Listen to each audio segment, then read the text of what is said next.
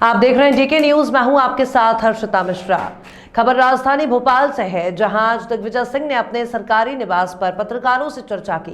इस दौरान स्वामी विवेकानंद की जयंती पर बोले दिग्विजय सिंह, बहुत दिनों चर्चा चल रही है कि मैं हिंदू विरोधी हूं।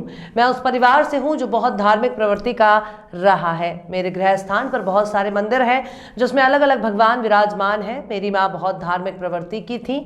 मैं कभी ना हिंदू विरोधी था, न कभी हिंदू विरोधी रहूंगा। मुझे कोई चिंता नहीं है कौन मुझे कोई कुछ कहे, हिंदू विरोधी कहे, कुछ भी कहे, लेकिन मित्रों को कम से कम मैं समझा दूं और आपके माध्यम से मैं आपको भी समझा दूं कि दिग्विजय सिंह ना हिंदू विरोधी था, ना हिंदू विरोधी है, ना हिंदू विरोधी रहेगा।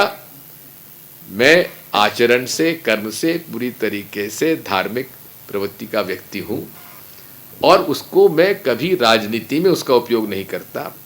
मेरे लिए धर्म राजनीतिक हथियार नहीं है, एक अपने आस्था का प्रश्न है और वो सदैव रहेगा। यदि आप कोई प्रश्न पूछना चाहते हैं तो पूछ लीजिए। धर्म का उपयोग एक राजनीतिक हथियार से किया जाए, हम उसके खिलाफ हैं। गांधी जी भी उसके खिलाफ रहे, कांग्रेस उसके खिलाफ है।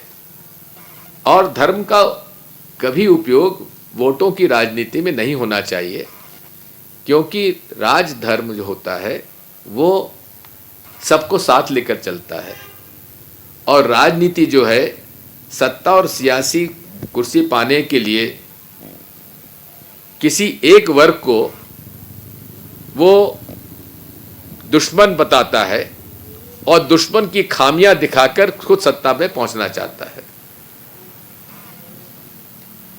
यही बात समझने की है। आखिर राष्ट्रीय स्वयंसेवक संघ ने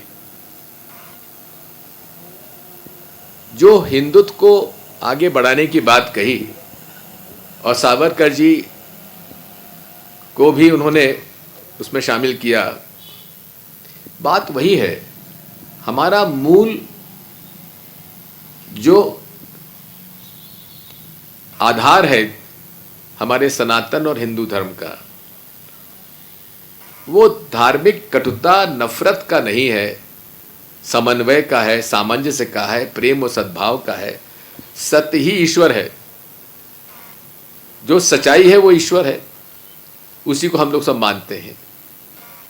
और जो धर्म का पालन नहीं करता है वो समाज में उसका अलग ही स्थान रहता है।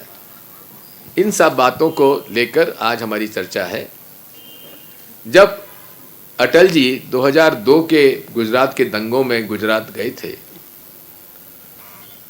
तो उन्होंने एक ही बात कही थी मोदी जी को कि आप राजधर्म का पालन करिए, यानी कि सबको साथ लेकर चलिए।